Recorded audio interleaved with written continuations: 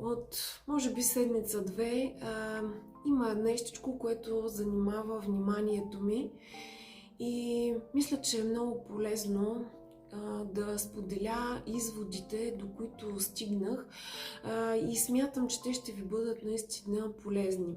Първо искам да уточня, че вярвам, че хората, които са в тази общност на Мария Чолакова, където аз споделям свои мисли за начина, по който възприемам живота и отношението ми към него, както и част от йога практиките, смятам, че тази общност е готова да чуе това, което предстои да ви споделя. Предполагам, че нито един от вас не се съмнява в факта, че ние сме много повече от физическото си тяло. Ние имаме изключителен потенциал, както в ментален аспект, така и в емоционален аспект. Но мисловната дейност е не само в посока важна, не само в посока да организираме деня си, но тя има изключително важна роля за това да съграждаме живота си като цяло и то от гледна точка на детайлите, на това, което ни се случва или пък начина, по който ние му реагираме. В емоционален аспект е по абсолютно същия начин. Какво се случи през последните 2 седмици? Имах ситуация, в която нещо ме беше провокирало да подготвя един вид занимание, което докато подготвях, си мислих за конкретен човек. И бях убедена, че този човек има нужда от помощ, има нужда от подкрепа и това, което аз създавах, ще му бъде изключителна така патеричка, с която той ще може много бързо да се оттласне от ситуация, която вероятно преживява.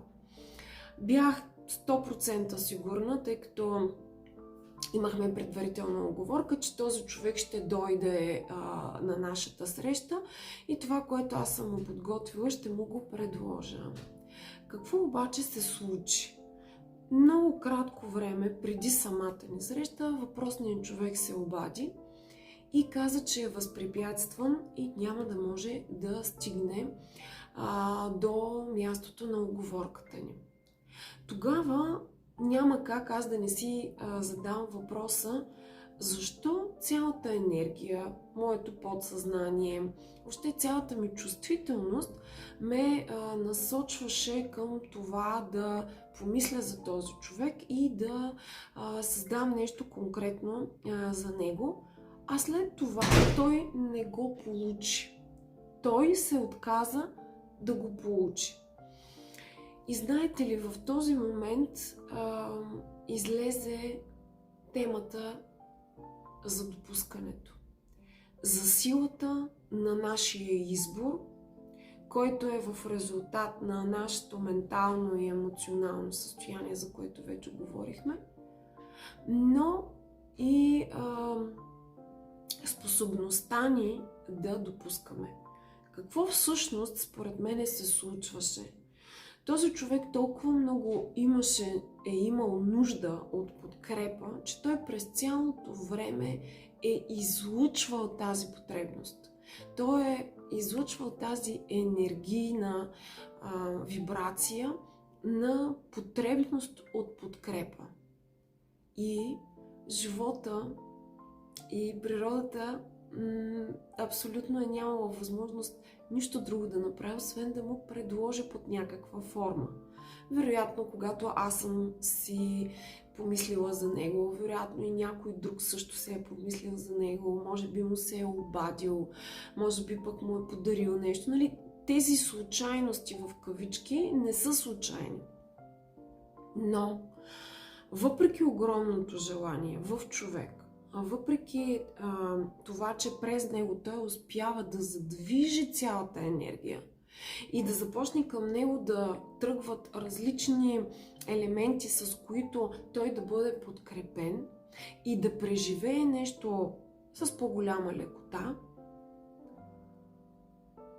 Ключовият момент е, че той ще го получи само ако го допусне.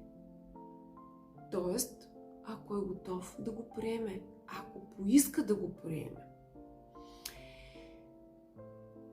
И много е важно да добавим, че желанието има изключителна тежест. Много е важно всеки един от нас да знае какво иска, да го е формулирал. Много е важно всеки един от нас вероятно да предприеме конкретни действия в посоката на своето желание.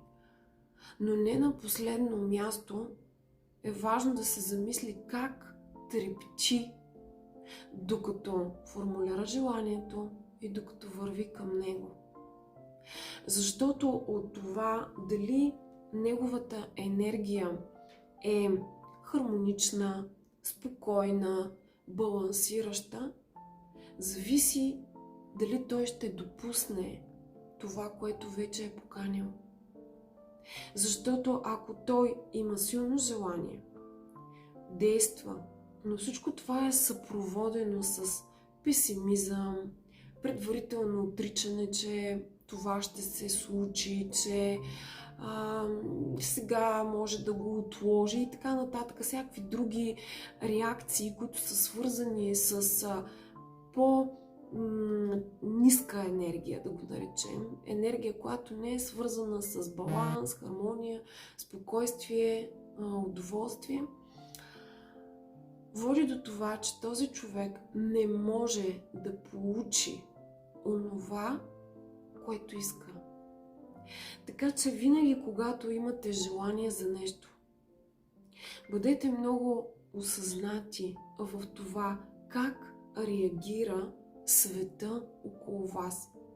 И не бързайте да отказвате, не бързайте да отлагате, не бързайте да чакате друг момент. Защото всичко това, което е вътре в нас, то започва да се проектира около нас. Но дали ние ще го видим, дали ще ни се случи, дали ще го преживеем, дали ще го получим като проявление във външния ни свят, зависи единствено и само това по какъв начин ние сме настроени. Настроени сме да допускаме или настроени сме да държим това, което искаме на, може би, една ръка разстояние. Но то все още да не е факт за живота ни. Надявам се, че съм била разбрана и ще бъда разбрана.